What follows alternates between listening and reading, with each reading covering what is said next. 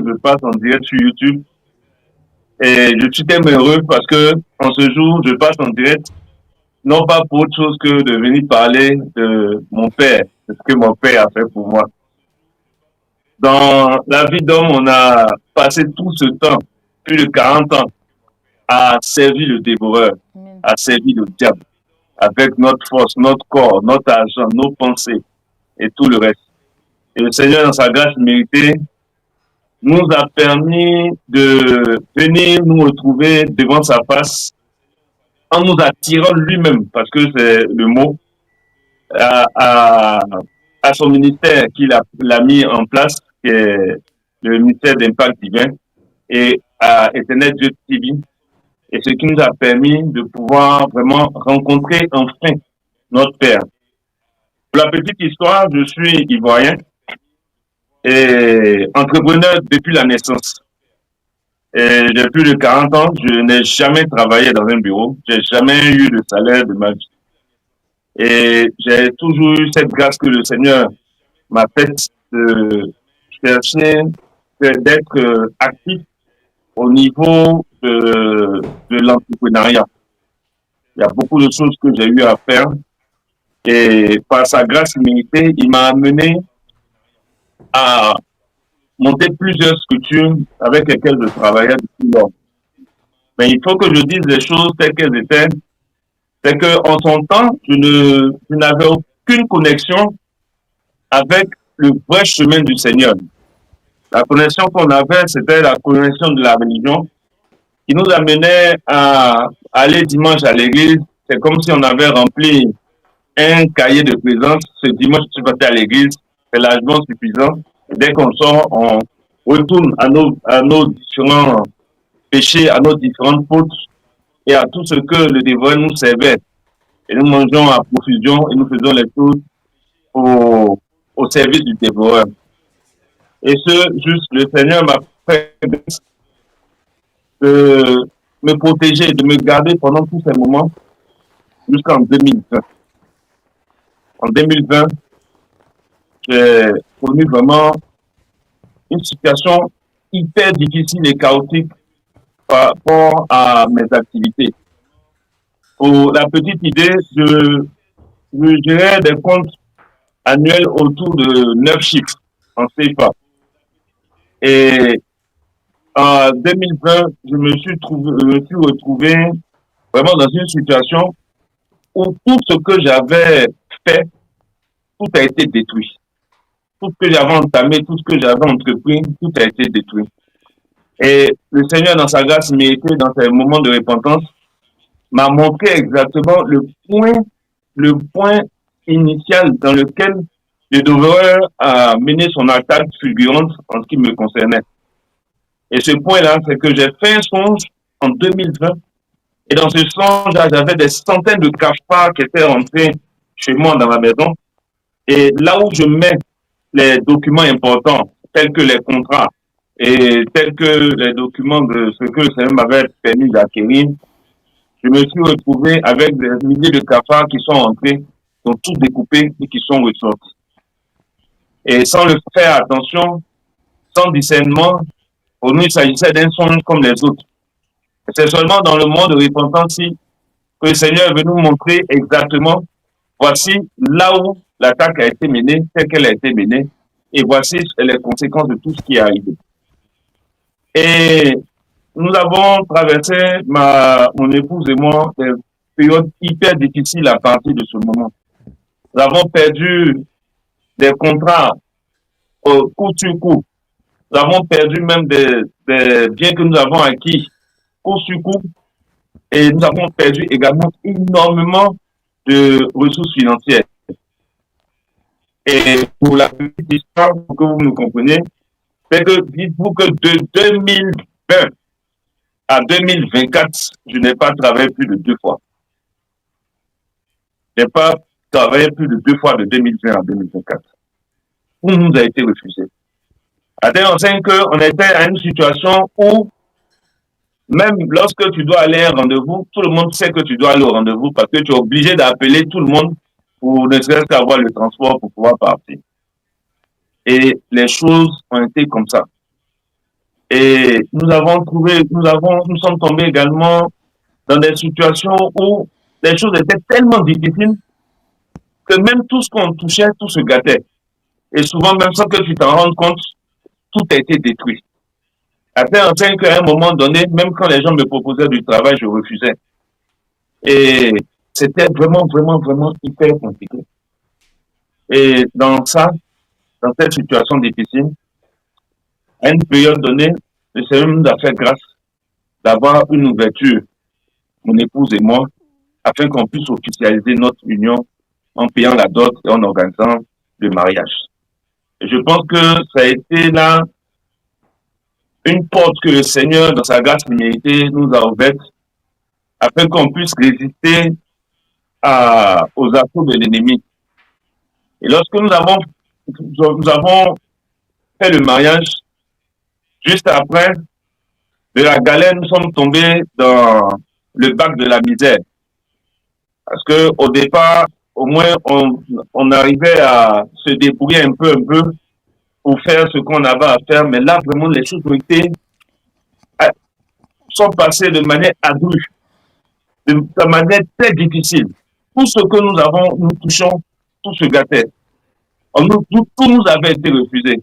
Même pour manger, il nous fallait appeler pour avoir telle somme ici, telle somme là, pour qu'on puisse avoir quelque chose pour pouvoir manger, pour pouvoir nourrir les enfants. Quand on parle de rentrée, c'est des calculs, c'est des prières. Et puis, on n'est jamais pressé. Pas parce que, euh, pas parce que on ne veut pas mettre les enfants à l'école, on n'est jamais pressé parce que à cette période-là, les personnes que tu dois solliciter, eux-mêmes sont en train de faire la rentrée. Donc, tu es obligé d'attendre le mois d'octobre, tu laisses la rentrée de septembre, c'est au mois d'octobre que maintenant tu essaies de voir les personnes autour de toi afin que ces personnes puissent t'aider pour pouvoir scolariser les enfants. Donc, c'est discuté sans précédent des situations que je n'ai jamais vécues. Je me suis retrouvé à chercher vraiment la face de l'Éternel. Et des personnes sont venues me contacter pour me dire qu'elles savaient l'origine du mal et qu'il y avait des personnes qu'on devait rencontrer qui, elles, faisaient des choses qui étaient contraires à la parole de Dieu.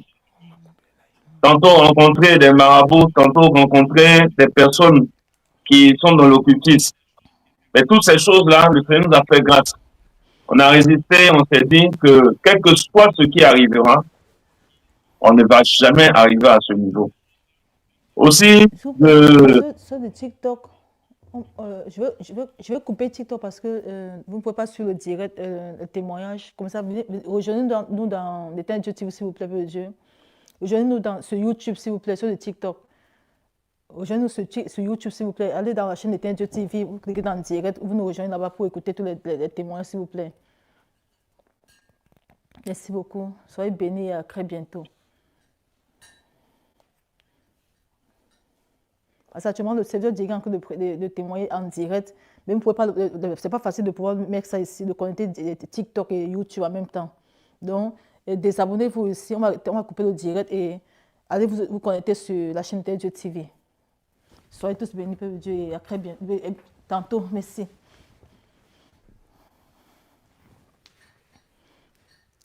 Et comme je le disais, après le mariage, les choses sont devenues encore plus difficiles. Le Seigneur m'a fait grâce vraiment de me donner, je profite de l'occasion, une épouse merveilleuse qui a été mon soutien pendant toute cette période hyper difficile que nous avons traversée. J'en parle aujourd'hui pour redonner la force à un frère, à une soeur, à un couple qui traverse des moments difficiles. Une chose certaine, c'est que notre Dieu, il a le dernier mot. L'ennemi peut faire ce qu'il a à faire. Il peut préparer tous ses coups bas. Faire tout ce qui est possible à son niveau. Mais, comme la parole de Dieu le déclare, le sorcier jette le sort dans le pont de la robe. Mais la réussite de ce sort dépend de la volonté de Dieu. Et lorsque notre Père se lève, qui peut l'arrêter? Nous avons vécu des situations hyper difficiles et dans ces situations-là, nous avons décidé vraiment de chercher la face de l'Éternel. Nous étions dans une assemblée et dans l'assemblée dans laquelle on était au départ, était une assemblée qui vivait la parole de Dieu. Et lorsque nous avons déménagé d'Abidjan pour revenir sur Yamoussoukro, nous sommes retrouvés dans une assemblée où la parole de Dieu était vraiment, tout était un peu compliqué. Et il y avait beaucoup de choses qui avaient été faites et beaucoup de choses qui étaient contraires à ce que nous voyons dans la Bible. Et même là où nous étions au départ, il y avait beaucoup de choses aussi qui étaient difficiles à accepter, difficiles à croire. Mais je pense que le Seigneur a permis par cette difficulté-là à passer dans le tamis de la parole de Dieu, tant là où nous étions dans la première assemblée, que là où nous étions, nous sommes venus tomber également dans la deuxième assemblée. Et au regard de la parole de Dieu, il y a des choses, on a décidé qu'il y a des choses qui sont anormales. Et qu'on ne peut pas être en face de l'Éternel, chercher Dieu, marcher, faire tout ce qui est faisable, tout ce qui est enseigné, et rien n'avance.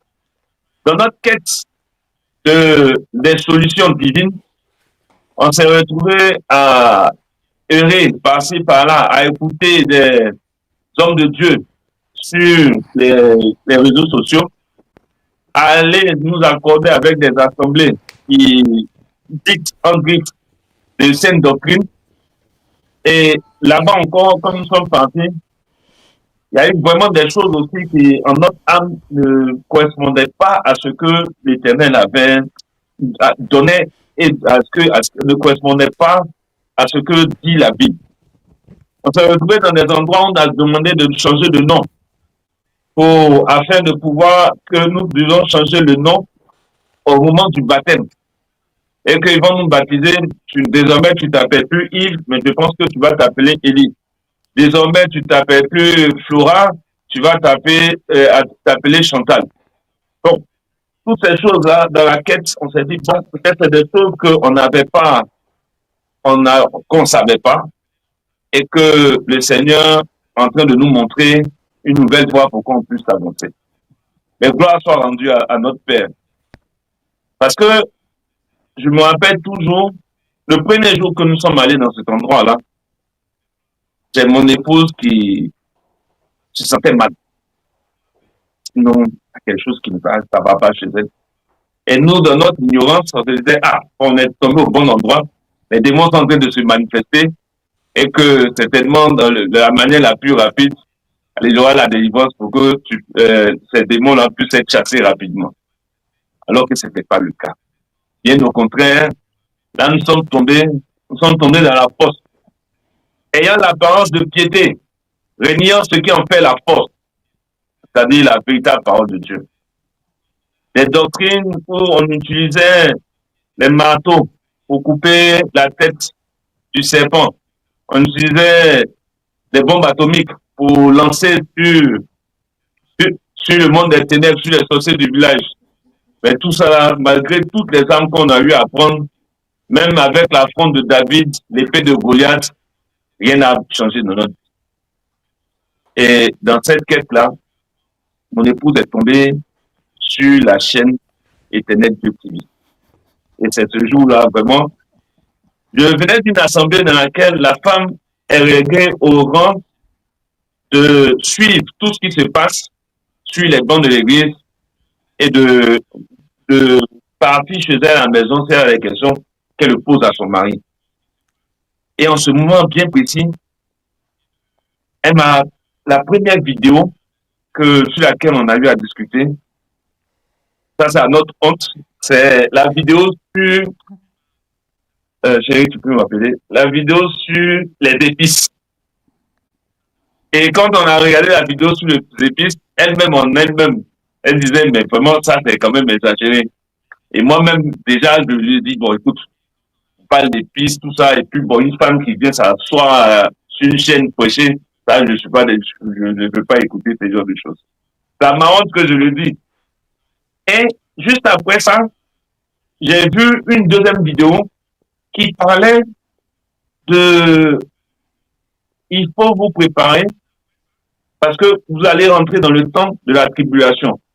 Et là, j'ai dit, bon, quelqu'un qui parle de tribulation, il y a forcément une authentification quelque part.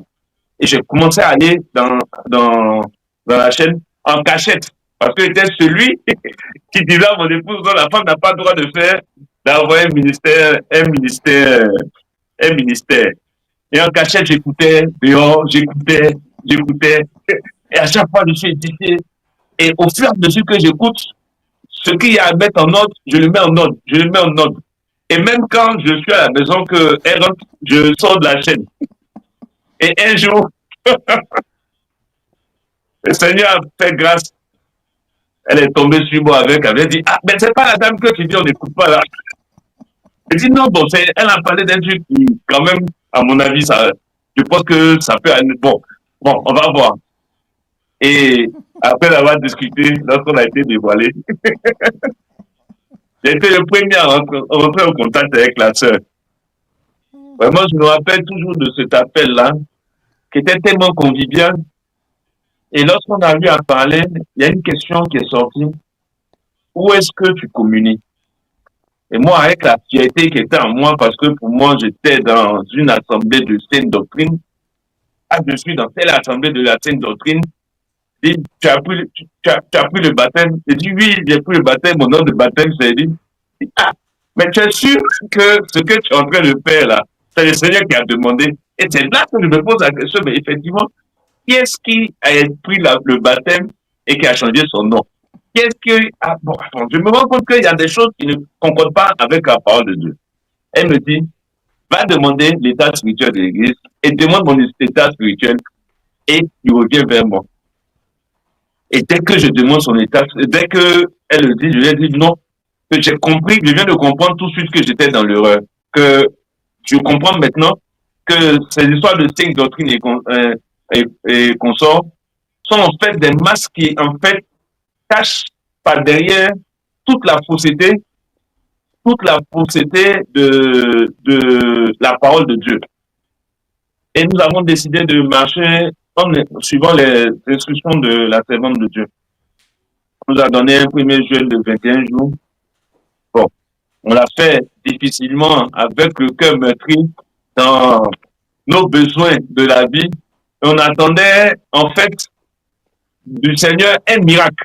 Il ouvre la porte, et puis bon, certainement, dès qu'il ouvre la porte, bon, si tout est restauré, on va retourner de là où on était. Mais le Seigneur, au premier jeûne, les choses ne sont pas passées forcément comme on voulait. Mais la chose la plus importante qui a été, c'est que au premier jeûne, j'ai commencé à avoir dans mon cœur un amour pour la chose de Dieu. Et j'ai commencé à avoir dans mon cœur ce que je n'avais pas auparavant, la peur, la haine du péché. Le premier jeûne m'a amené à comprendre combien de fois nous avons marché sans le savoir en servant continuellement le dévoreur. Et c'est le premier jeûne qui m'a amené à comprendre que mes grands-parents ont péché. Moi-même, j'ai péché contre Dieu. Avant, on se disait que je n'ai jamais tué. Moi, je n'ai jamais fait du mal. Moi, mon cœur est blanc. Je ne pense pas mal de quelqu'un. Mais au vu des sujets de prière qui ont été donnés, je me suis rendu compte que vraiment, j'étais coupable sur toute la ligne. Et ma maison et moi, nous étions coupables. Et ce premier jeûne a été pour nous une occasion pour nous de prendre la valeur de la gravité du péché dans la vie d'un homme. Péché, c'est péché. La mort, c'est la mort. Voler 5 francs, voler 1 million, c'est les mêmes conséquences. Tu es éloigné de la vie de l'éternité, de la vie avec le Seigneur. Le Seigneur nous a fait grâce. Péniblement, on a continué. À un moment donné même, je ne sais pas comment les choses sont passées. On était là un matin, la soeur nous appelle, elle dit, ah bon, excusez-moi, je souhaite, bon, je vais donner moi votre nom que je dois vous soutenir. Ça, c'est quelle histoire, ça là? On va pour donner, nous, on doit chercher l'argent pour aller donner à une assemblée. Et c'est les personnes de l'assemblée qui sont en train de chercher des personnes qui doivent aider. Donc, sincèrement, je pense que c'est le Seigneur qui est a intervenu en ces temps-là. Parce que si ce soutien n'était pas venu, peut-être notre cœur allait se détacher de lui. Parce que on se disait que bon, on a fait des choses, on a fait ce qu'on a à faire, mais depuis là, on ne voit rien. Ce soutien est venu pour nous permettre de rester encore devant la face de Dieu. Même si on restait devant la face du Père, mais en réalité, nous sommes venus pour 21 jours. Alors que pendant plus de 40 ans, on était de l'autre côté. Et en 21 jours, on veut que le Père vienne tout arranger par rapport à tout ce qu'on a eu à faire. Mais le Seigneur nous a fait grâce. Nous sommes restés devant sa face. Et nous avons fait le premier jeûne, après nous avons fait le jeûne de Pentecôte. Et au jeûne de Pentecôte, c'est là pour moi, notre histoire a commencé à s'écrire avec le Seigneur. Pendant le jeûne de Pentecôte, je ne me rappelle plus si c'était à la première ou à la deuxième veillée. Mais mon oreille s'est ouverte et j'entendais des gens qui étaient en réunion, qui disaient, faisons vite, parce qu'ils viennent de découvrir le message de la repentance qui est en train de se répandre. Faisons vite pour achever ce que nous avons à faire. Et quand j'ai entendu ce message, j'étais avec mon épouse, je lui ai dit, mais il y a des gens qui sont en train de parler actuellement. Elle me dit, j'ai dit, non, j'entends des gens à une réunion qui sont en train de parler, faisons vite, parce qu'il est en train de se répandre. Et elle me dit non, qu'elle n'a pas entendu. Mais immédiatement, j'ai compris en fait que c'est le Seigneur qui nous faisait grâce maintenant de nous retrouver dans certains endroits pour savoir exactement ce qui se passait. Et ça nous a donné encore la force de pouvoir continuer à aller en eau profonde. Nous qui étions venus au départ pour régler nos problèmes, nous sommes retrouvés à vouloir que le Seigneur nous accepte désormais comme ses enfants qui se sont répandus. C'est se donner à fond de tout cœur pour enlever tout ce qui ne lui convient pas, tout ce qui ne fait pas. Nous avons commencé à mettre de l'ordre dans notre vie. Nous avons commencé à mettre de l'ordre dans nos paroles. Nous avons commencé à mettre de l'ordre dans nos relations. Nous avons commencé à mettre de l'ordre dans tout ce que nous faisons. Et au fur et à mesure qu'on avançait, il y avait des bribes de solutions qui venaient. Au fur et à mesure qu'on a une situation un peu difficile, le Seigneur ouvre toujours cette petite porte-là, juste pour la situation en question, pour qu'on puisse la régler et on continue encore dans la marche. Les choses ont été ainsi pour nous, jusqu'à ce que dans sa grâce méritée, il nous a permis vraiment de pouvoir avancer dans la communion avec lui. Ce qui nous importe aujourd'hui, ce n'est plus ce qu'il doit faire pour nous, ou bien ce qu'on souhaite avoir de lui. Mais ce qui importe aujourd'hui, c'est comment faire pour qu'on puisse plaire à notre Père et que notre Père agrée notre engagement, qu'il agrée notre démarche, qu'il agrée tout ce que nous faisons. Et en avançant plus, en allant en eau profonde avec le Seigneur, je me suis retrouvé, sans le savoir, à entendre le Seigneur venir me parler. Souvent, je suis là, je suis couché, et il me donne, il vient, il me parle, il me dit, je donne, par exemple, la dernière chose qu'il m'a donnée, répentez-vous ou vous mourrez. Je l'entends de manière audible. Et souvent, je suis assis avec mon épouse, soit on est en train de prier, soit on est en train de couper un enseignement. Et dès que l'enseignement tombe dans l'oreille, c'est comme si il m'utilise, il me donne le titre et immédiatement, il me donne les versets. Et très souvent, je suis là et je me retrouve à prendre, on appelle, de quoi écrire, et je note tous les versets immédiatement, les versets qui me sont donnés, et après, je vais lire et je me rends compte que l'enseignement qu'il a donné, tout est en ordre par rapport à ce qui a été fait. Moi, ce qui était venu pour que je puisse être restauré, pour pouvoir reprendre mes activités, pour pouvoir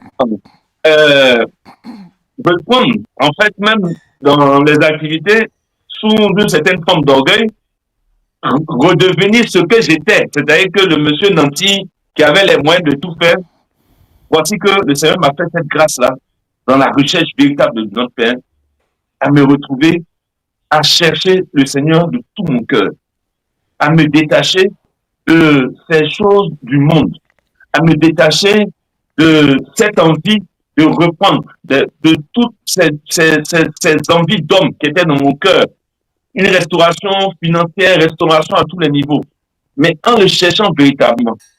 C'est seulement lorsque je suis arrivé à là, seulement lorsque je suis arrivé à pouvoir dire que vraiment on marche pour le Seigneur, tout ce qui nous importe, c'est ce que le Seigneur veut.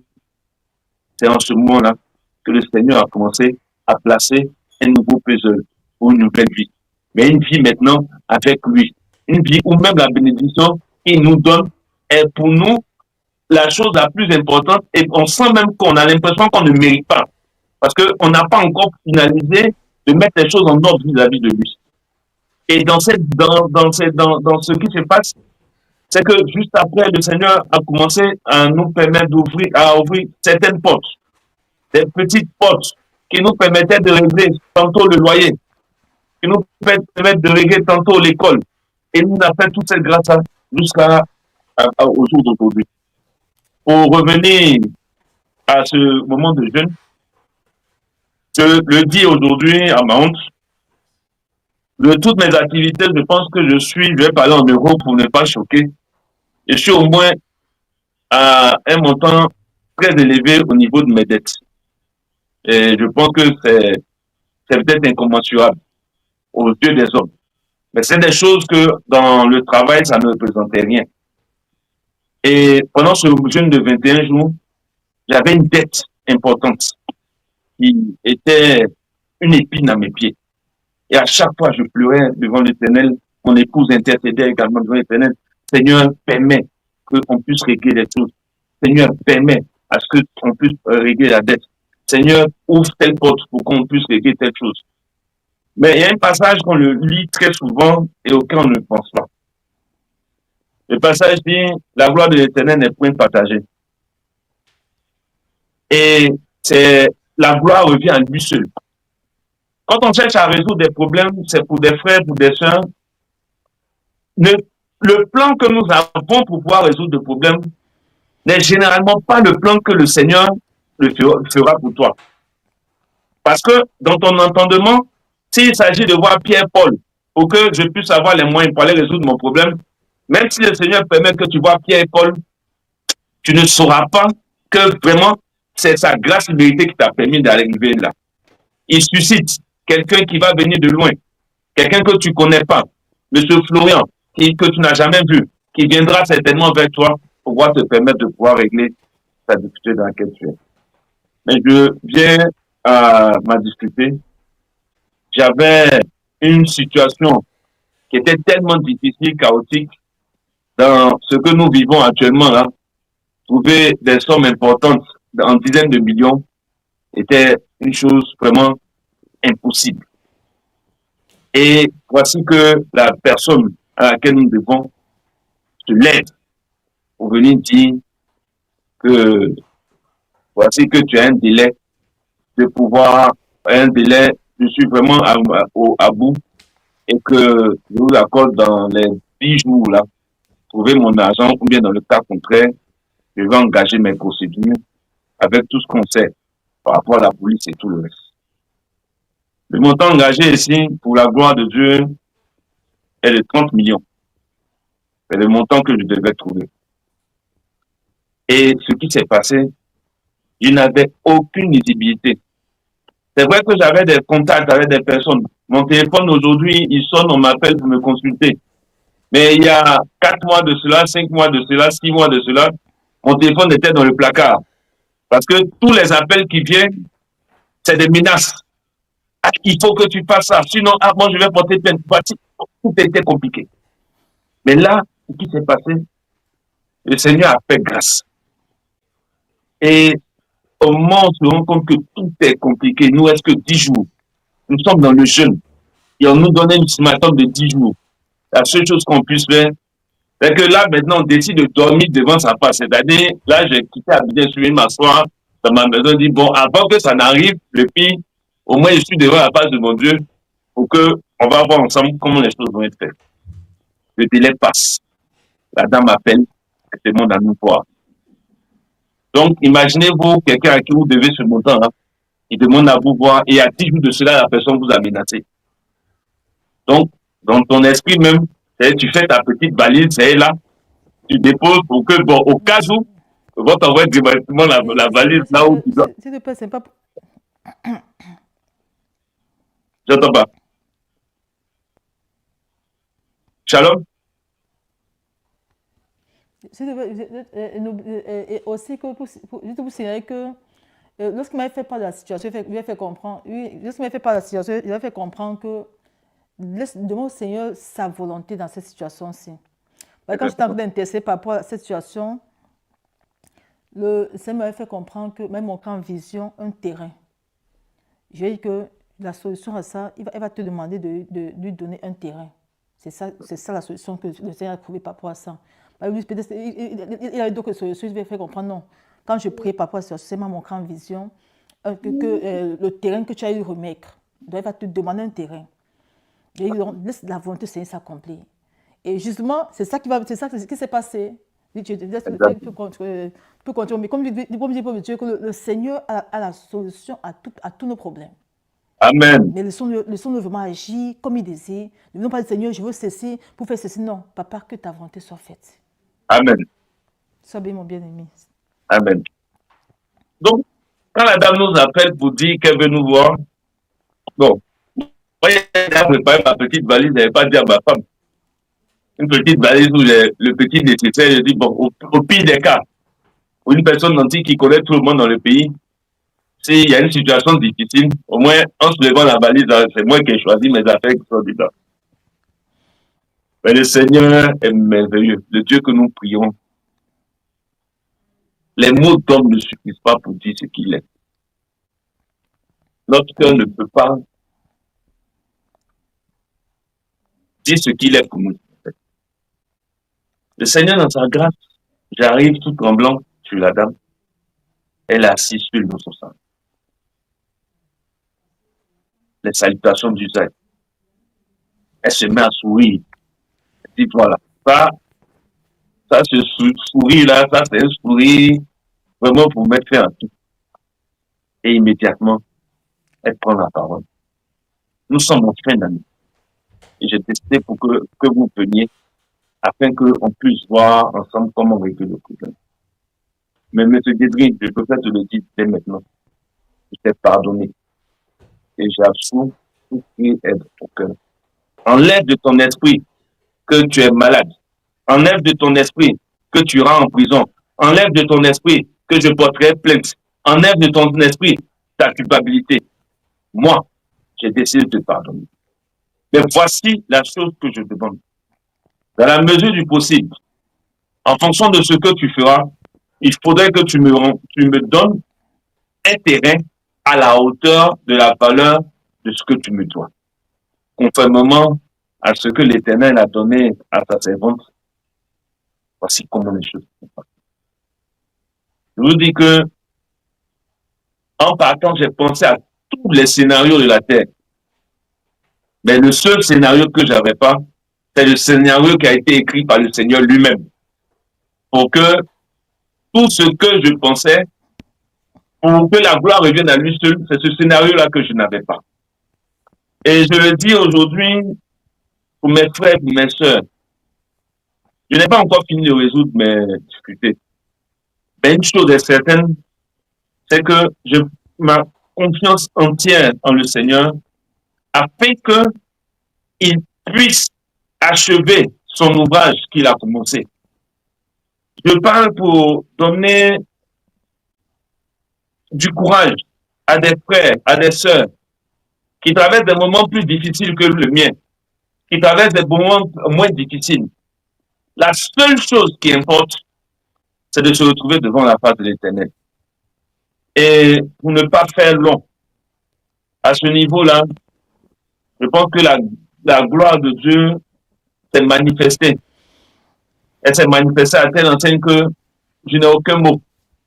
Et pour aller plus loin, il m'a dit, prends le temps de trouver le terrain en question et donne-toi le temps nécessaire pour que tu puisses régler la situation en question. Mais nous sommes des enfants de Dieu et nous prions que tout se passe pour le mieux et nous comptons sur la gloire de notre Père. Vraiment, pour résumer, pour ce qui est ma vie avec le Seigneur, depuis que j'ai décidé vraiment de marcher pour lutter contre le péché, de l'avoir pour ennemi. Voici ma vie. L'exhortation que je peux donner en 2 minutes est que, quelle que soit la situation, il faut venir devant la face de l'Éternel avec un cœur désintéressé.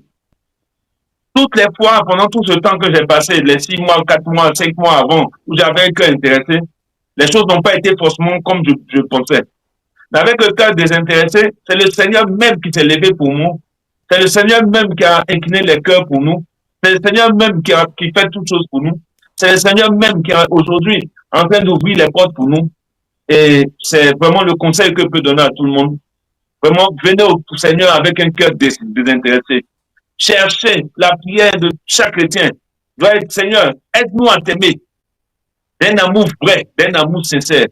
Et lorsque son amour vient de notre cœur, nous avons la force pour pouvoir lutter contre le péché. Pour terminer, j'ai eu à parler du moment de jeûne à des personnes, mais j'ai juste 2 petits comptes rendus que je fais. Le premier compte rendu, je pense il doit être sur la chaîne actuellement, M. Béné Désiré. Il a suivi le jeûne à un moment donné. Il y a des témoignages que la sœur a déjà donnés. Mais le dernier témoignage m'a bien aimé, c'est que M. Béné avait un dossier qui est bloqué au trésor depuis 6-8 mois. À la dernière veillée du 20, c'est samedi, il finit la veillée. Et le lendemain matin, je n'ai pas l'heure, il reçoit un appel, c'est-à-dire le dimanche. Et quand il reçoit l'appel, il demande mais qu'est-ce qui se passe? Il dit non, que M. Béné, on va payer votre argent. Non, il a dit non, on lui a dit, M. Béné, il y a le trésorier payeur qui vient d'appeler. Il dit, mais il a appelé, mais il dit quoi? Parce que c'est ça qui est le plus important. Il dit non, que non, votre argent là, on va payer, mais on va payer ça au mois de janvier. Donc lui-même, Béné, il est tout étonné, il dit, mais attends, c'est pas possible. On parle de dimanche, un fonctionnaire d'État, un trésorier payeur, fonctionnaire, haut fonctionnaire, puis il finit son moment de jeûne. Il finit le moment de jeûne. Après ça, il fait sa dernière veillée. Il dort, ce n'est pas lundi. Si c'est lundi, on va dire donc que bon, les choses sont dans le cours des choses. Mais un plein dimanche, qui allait déranger le monsieur pour que le monsieur m'appelle pour dire non, je dois payer ta facture là dès le mois de janvier. C'est notre Père seul qui a pu le faire. Je pense que comme nous sommes nombreux, on va s'arrêter à là. Les autres témoignages pourront venir après en podcast.